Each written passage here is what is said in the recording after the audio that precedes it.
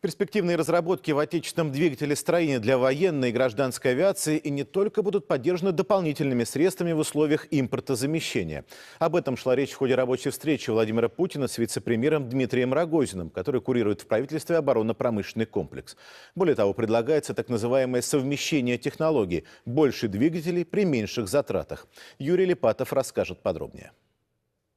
Двигатели для лайнера «Сухой Суперджет», для весьма востребованного вертолета Ми-26 и специально под проект создания нового российско-китайского тяжелого вертолета можно и нужно делать в России. Кадровый и технический потенциал для этого есть, заявил вице-премьер Дмитрий Рогозин, встречаясь с президентом.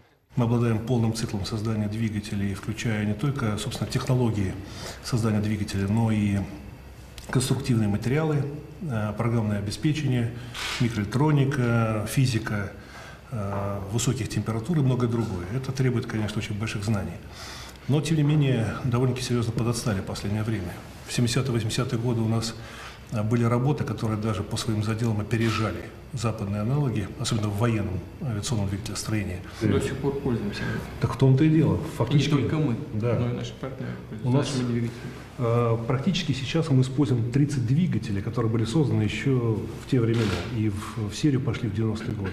Стратегия импортозамещения позволит направить солидные средства в конструкторские бюро и на предприятия, способные создавать всегда востребованную во всем мире технику. Тем более, что отечественные разработки имеют очень хорошую репутацию. Надежные, ремонтопригодные и недорогие в производстве силовые агрегаты используются и в гражданской продукции, и в военной.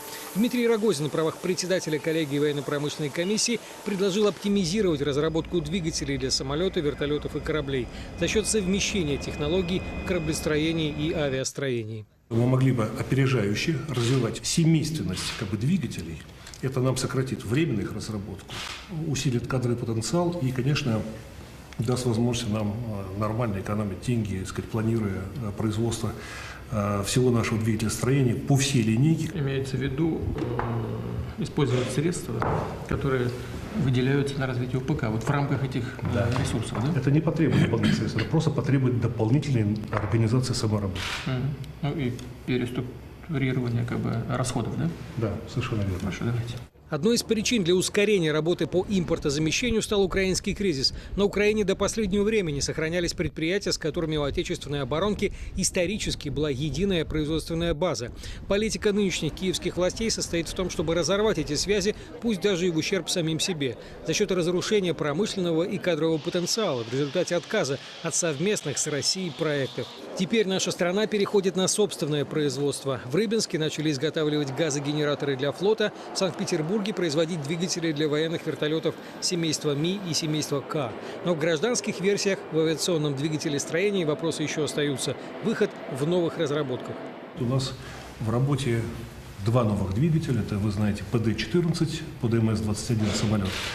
И также двигатель военный, который мы делаем для перспективного авиационного комплекса фронтовой авиации. Была проведена уникальная работа по восстановлению компетенции производства в Самаре двигателя под Ту-160, под наш стратегический бомбардировщик, двигатель НК-32. За счет масштабирования газогенератора под двигатель НК-32. То есть тот, что мы сейчас делаем под Стратег, под стратегический бомбардировщик, можно сделать под военно-транспортную авиацию и под российско-китайский тяжелый дальнемагистральный широкофюзеляжный самолет. Я уже китайским коллегам об этом сказал, что мы можем эту работу сделать независимо от третьей стороны.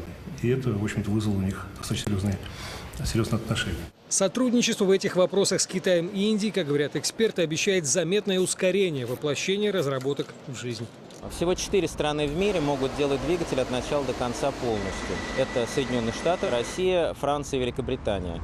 Больше таких стран в мире нет. Но есть, конечно, моменты, в которых мы, в общем, не являемся самыми, так скажем, передовыми разработчиками.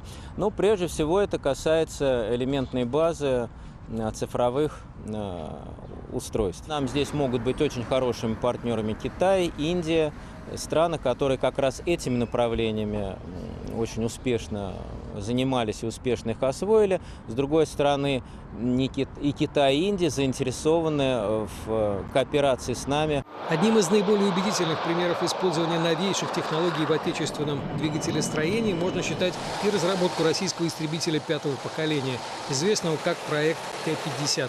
которую уже не раз демонстрировали на авиасалонах. Юрий Липатов, Кирилл Зотов, Екатерина Овсянникова, Первый канал.